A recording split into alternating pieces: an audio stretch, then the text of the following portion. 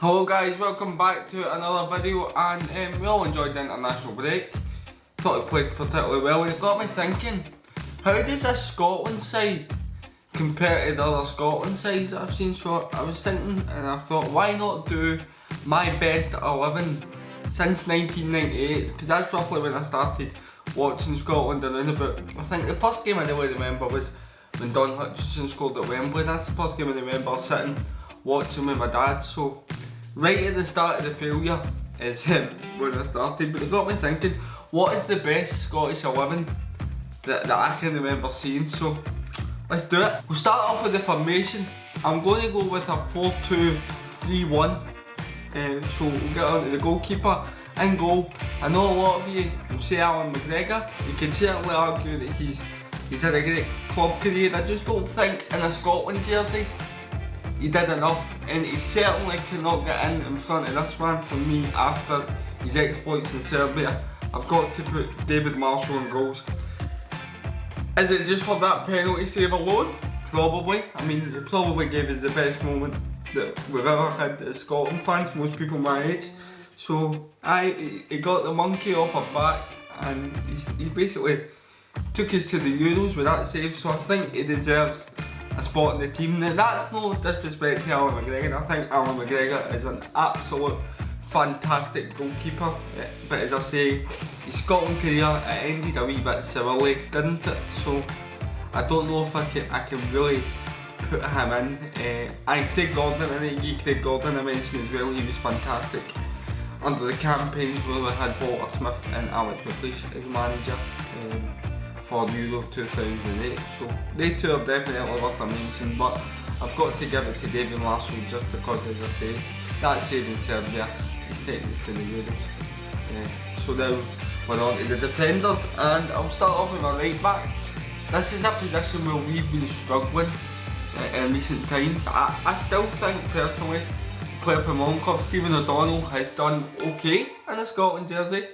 I do think there is better coming through. You look at the likes of Aaron Hickey, Nathan Patterson certainly. For me, if he's old enough, he's good enough to be in the squad, and he's someone that we should be looking at for the Euros if he continues to play for Rangers until the end of the season. But I'm going to go with the only one that really sticks out. I've went for Alan Hutton. I think Alan Hutton came in at a time and really started to perform for Rangers when the fullback role was changing a bit. I mean, you think of what it used to be like just in the wee period before Alan Hutton, the likes of Gary Neville's and that, where they didn't really need to get it forward as much. Alan Hutton for me was part of the a number of fullbacks that changed what that role means. It's about getting forward, getting crosses into the box, overlapping the winger.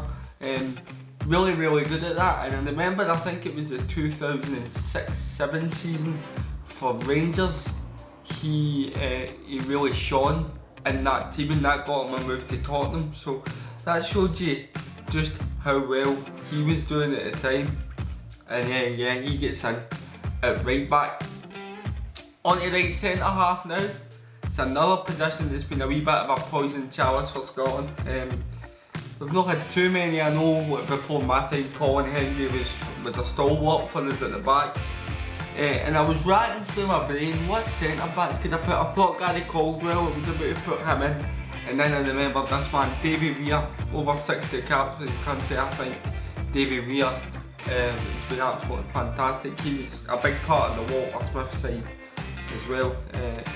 He's one of these players for me that got better with age. He just seemed to use his experience a lot better.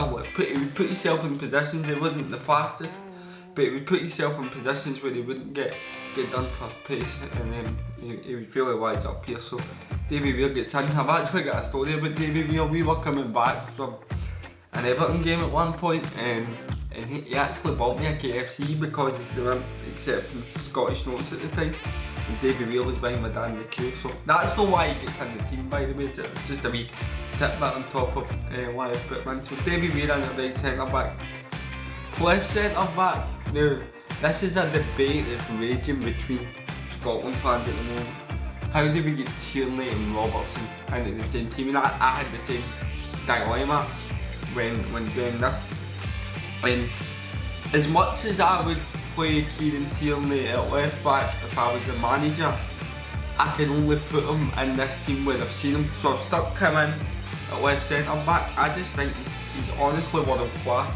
For me, I'm appreciative of them both, but for me he is the better of the two. I think his delivery in the final third is just that wee bit better than what Andy Robertson does. Now listen, I'm certainly not complaining with the fact that we've got the two of them, but you've seen, particularly in that game against the Pharaohs and in the other games as well, just recently, Kieran Tierney absolutely strolled through every part of the game. I mean, he got 3 assists against the Pharaohs, and that was from left centre back, so that's where I've stuck him in. He's a player that I think in the future will go on to a bigger club than Arsenal. I think when Jordi Alba retires and leaves Barcelona, Kieran Tierney is a ready-made replacement. I really think he is that good. Only got 19 caps for the country. I know that he went off with an injury at the weekend there, but here's hoping it's not too serious, because he is someone that we're going to need for the Euros in June. So Kieran Tierney and at left centre back. On to my left back now. This boy's also world class. I know people say that he's not done it in a Scotland jersey, but he's still captained your side to the Euros. He's done that, and he scored a great goal against Cyprus. I know that we probably do and should expect more from him, but he still makes it into the team miles ahead of anybody else for me. It's Andy Robertson. He's won a Champions League, he's won a Premier League, he's a consistent performer and a brilliant Liverpool side. So for me picking this 11, I've got to have him in there. So Andy Robertson makes up the back four.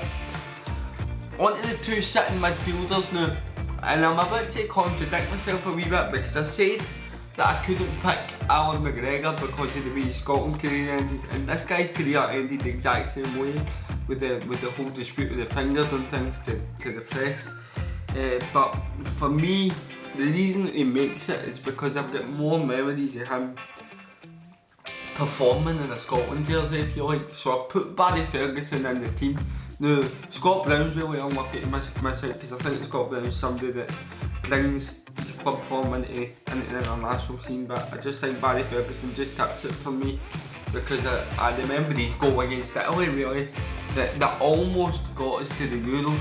So we were almost there, and he was an integral part of that midfield that saw us get the win in France as well. I mean, he's still racked up 43 caps, I think it is, and that was him retiring from international duty early, because he never played again after the whole dispute. So, but no, he's in there. I think he's a fantastic footballer, and if he never got his injury when he went down to Blackburn, I think he would have been 5 or 10% better than what he was, but still phenomenal. So Barry Ferguson, the first sitting midfielder.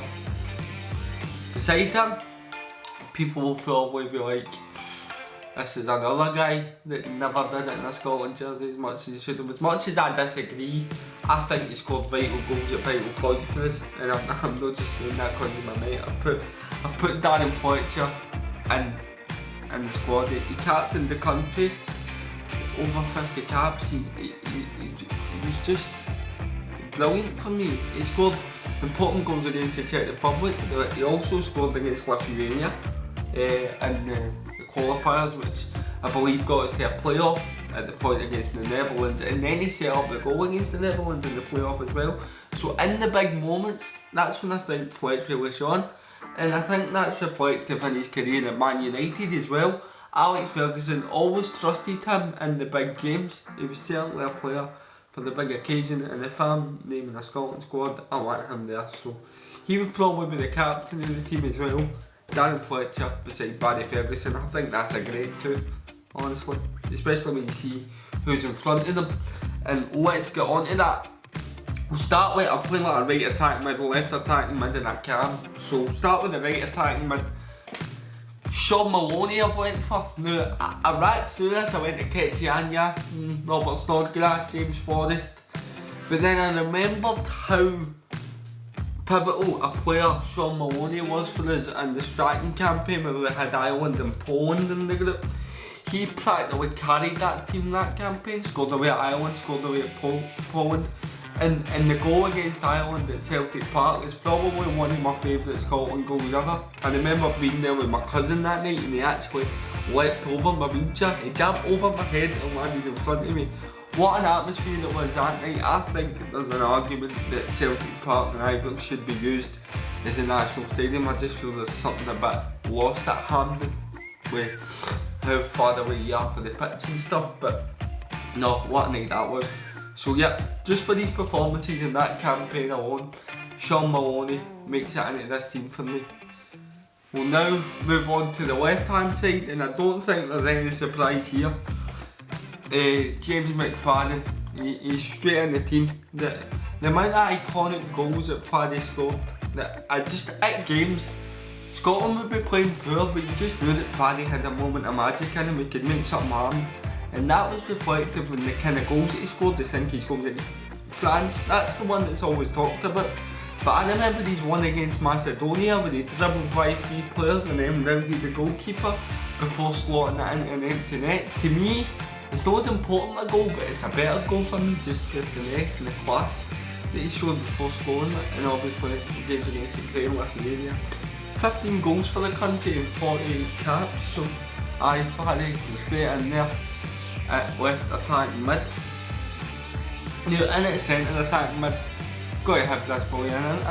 He's shown it against Austria, he also showed it against the Federals, and I just think he's an absolute class player who again is going to go at a high level. John McGinn in behind the striker, he's already got 10 goals for the country and 30 caps I believe, so he's averaging a goal every 3 games, which for the country like Scotland is some going. And he's a player that I believe in the Euros we have to have in that more advanced role. I think the game against England is a game that we can win, but the midfield battle is going to be pivotal, because I think our midfield is just as good. It can go shoulder to shoulder with England midfield for me, so I'm looking forward to seeing that battle, and John McGinn is going to be pivotal to that. I think he's going to go from strength to strength. And a Scotland jersey, maybe a future captain. Arguably probably Tierney as well. I think you can see him holding into that role at Arsenal, but no. John McGinn, centre attacking mid. And that leaves the striker. So who's the striker going to be? For me, when I think it, and I thought, Griffiths not really done it in a Scotland jersey. Chris Boyd never done it in a Scotland jersey. One man who always gave 120% leading the line for Scotland, and he made that in his striker, and it's Kenny Miller. He's an absolute workhorse, and he's capable of goals as well, goes against Ukraine. I remember a goal against Germany where we took a quick free kick and he slotted it by, I'm sure, Oliver Kahn was the goalkeeper that day, and oh wow. And then you think, I know it was only a friendly, but his goal against England at Wembley, so he's got like 18 goals and 68 caps, so Kenny Miller, he's straight in, up front. Every great team needs a manager. Now, I know people will be screaming at me for this, but I've gave it to Steve Clarke. And I know Walter Smith's had a better managerial career, right? I am not disputing that, but Steve Clarke is the only manager that's managed to get us to a major final in the 20 odd years that I've supported Scotland, so he has to be the manager of this team. I'm not disputing if Walter Smith was in charge for longer, he probably would have been my first choice, and I think we would have got to Euro 2008 had he stayed in charge. But that's all I've got the maybes in it, but no, take nothing away from Walter. Great manager, one of the best ever, but I've given it to Steve Clarke just because he's gave me that moment in Serbia. So there's my team and there's my manager. You don't need to agree with it, we've all got our opinions at the end of the day. Let me know your Scotland 11 from when you were born till now in the comments, so I'd imagine we'll get a variety of players, because there should hopefully be a variety of ages watching this, so I'm interested to see some of the teams that he's come up with, so let me know in the comments. And as always, don't forget to like and subscribe. We're on the way to 600 now, so let's see how quick we can get there. Thanks guys, hope you've enjoyed it, and I'll see you in the next one.